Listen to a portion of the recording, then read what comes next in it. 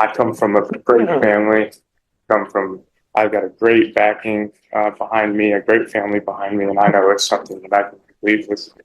This is the story of Jerry Kyler McGee, 33 years old, college grad, husband, father, and now facing a felony drug charge. He claims he was just a passenger. The judge isn't buying it. In this video, watch Jerry try to prove he's ready to change, and the judge's tough reaction. Should he get a second chance or go straight to prison? Meet Jerry Kyler McGee, a 33-year-old college graduate, husband, and father, now standing in court facing a felony drug charge. From the start, Jerry says he was only a passenger in the car, but the judge isn't convinced. Right here, the tension builds. Will education and family background be enough to save him? What do you think? Should a good background count when facing serious charges? All right, court is calling 2025 CR 000220, State versus Jerry Kyler McGee. Can I have parties announced for the record for the state, for the defense? Ron Ross. All right, are you Mr. McGee? Yes, ma'am. All right, you entered a plea of guilty to count 1. Count 2 was waived without objection. Just one moment, let me let them finish over here. All right, count 2 was waived without objection. The court found there was sufficient evidence to find you guilty. The court found you guilty. According to your plea bargain agreement, punishment is to be assessed at a cap of 8 years in the prison. The state is opposed to your application for community supervision. They're taking in consideration 2024 CR 007651, 2024 AL 001409, and the following night magistrate numbers: 751980, 751981, 751982, 751983, and 751984.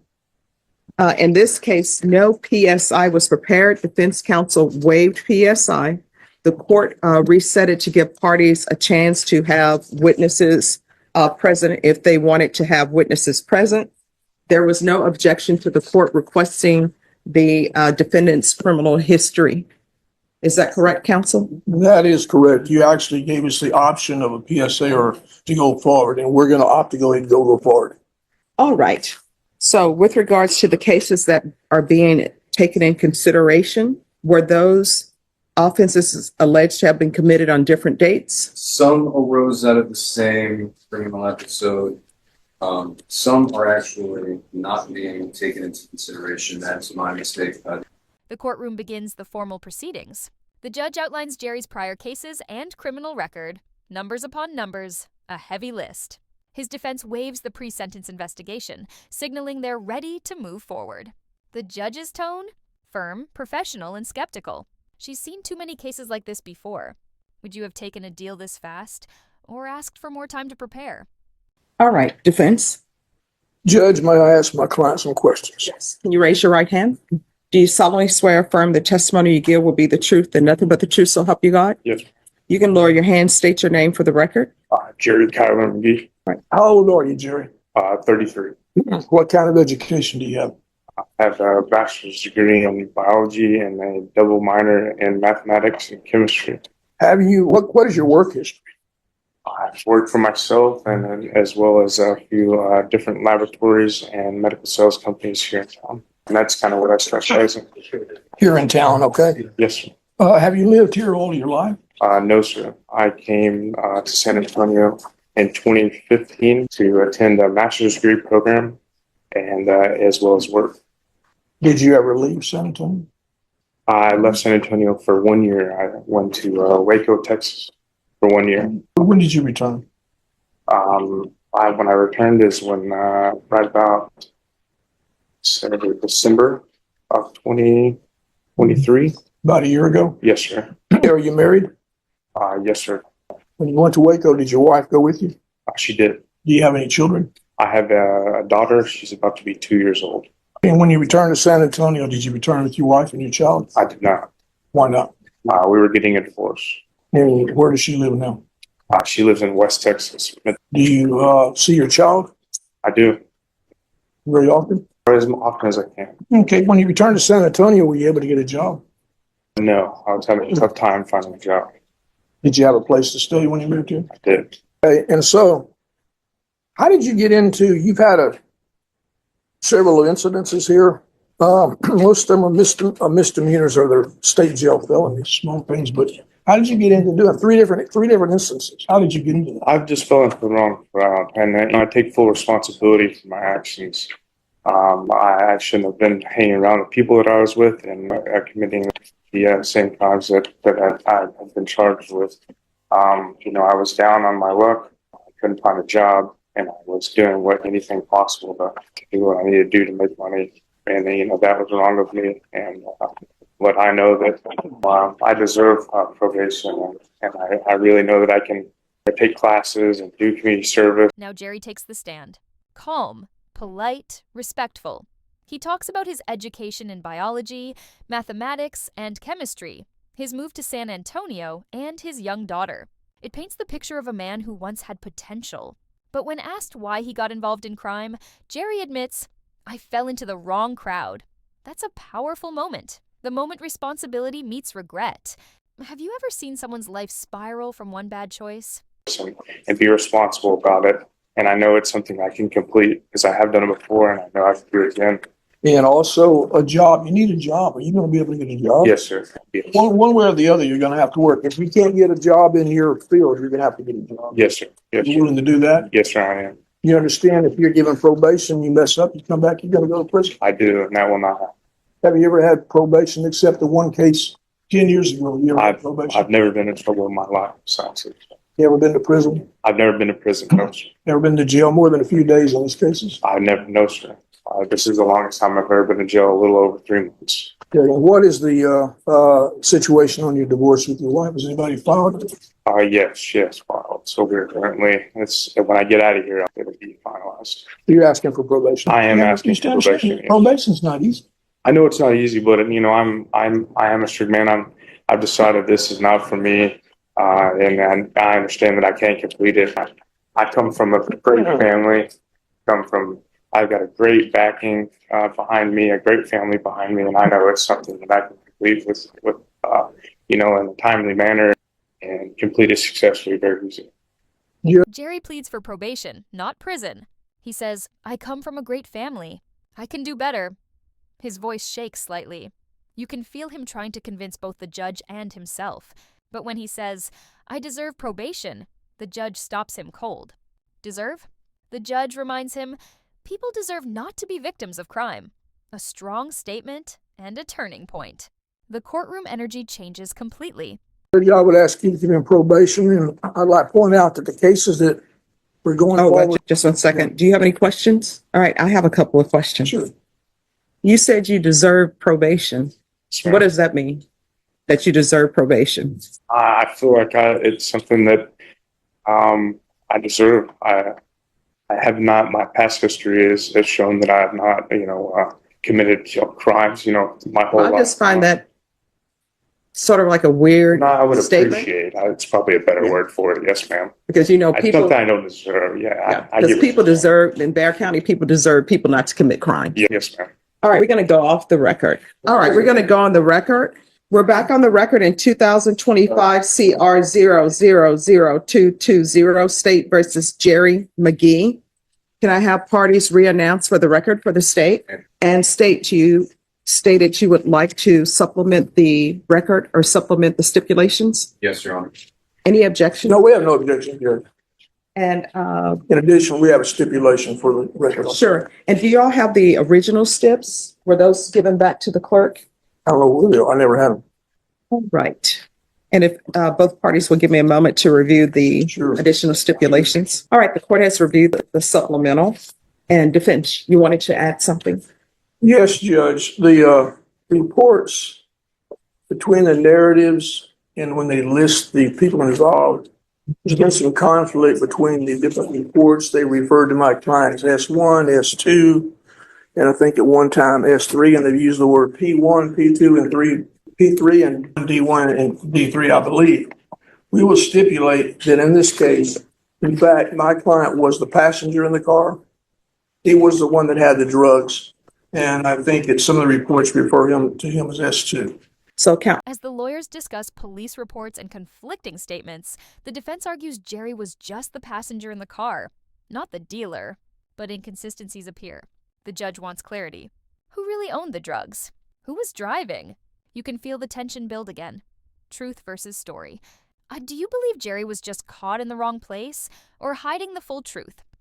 Do you understand your attorney's stipulations, and do you stipulate to what your counsel has just stated for the record?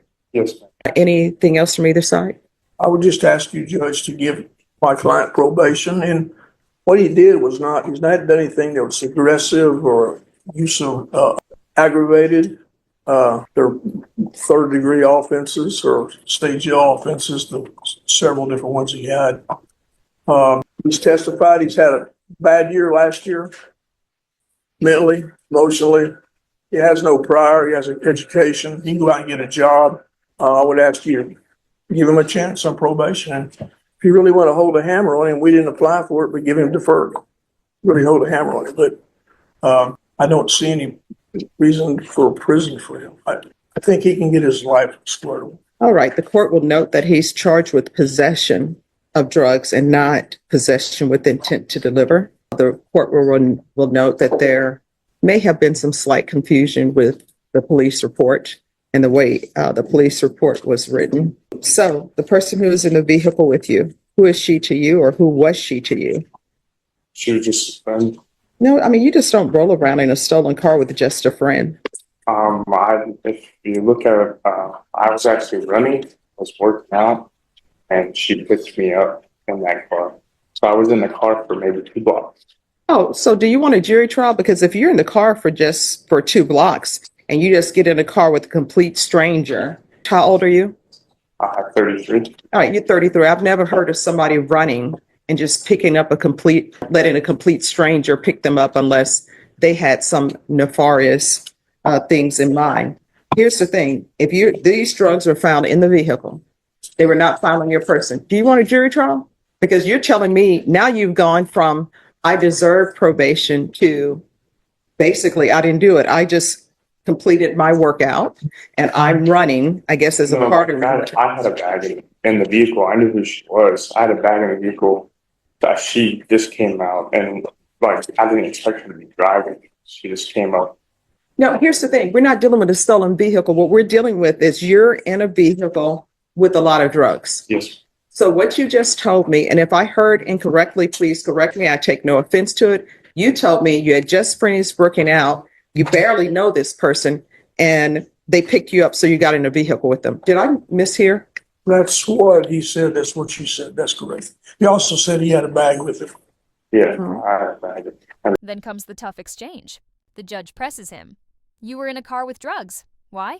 Jerry hesitates, finally admitting, I was feeling down and made bad choices. It's raw, honest, but late. The judge has already seen the contradictions. His earlier claim of being just a passenger doesn't match his new confession. At this point, would you still trust Jerry's story? So these are your drugs. Or something this time. So why do you have drugs? Why do you have drugs? I was going down on myself and using the wrong exits to do it. Getting a clear conscience now and having a time to reflect on it. I know it's a dumb decision and it's something I'm never going to do again. All right, the court is going to find you guilty. I'm going to give you a choice. I will sentence you to 2 years in the prison today, or either I will place you on 8 years probation. Oh, so here's the thing. We don't need people in the background telling him what to do. This is not The Price is Right. All right, so what would you... All right, the court is going to find you guilty, sentence you to 8 years in the prison, suspended and probated for 8 years. There's to be regular reporting by Zoom or in person, regular random UAs, proof of employment within 30 days of release. There's to be no employment as a home health care provider or with minors. The state is taking in consideration NIGHTMAG number 751981, 751982, 751984. There's going to be field visits 1 time per month until further notice. There's to be no contact with. Do you hear that? Am I the only person hear that? Sounds like music. Oh, okay. All right. Thank you. Oh, no problem. I thought I was losing my hearing. Thank you. There's to be no contact with Savannah Lee, Devin, Devin, Sanchez, Martinez. Is there to be any restitution as it relates to this vehicle? I'm not aware of any, but Stay. Your Honor, Yes. Mr. He is not accused of the UUNV that arises out of the same. that's true too. That should be. There's to be no unsupervised contact with minors. Except maybe his child, he has a child if he has to see a child. So, No unsupervised contact with minors. so to answer your question, Your Honor, there may be restitution, but as far as we can discern, Mr. McGee is not the one. All right, so you all are not asking for restitution. That's my question. Correct. All right, thank you. So there's to be no unsupervised contact with minors. There's to be The judge finally rules 8 years in prison, suspended, and replaced with 8 years of probation.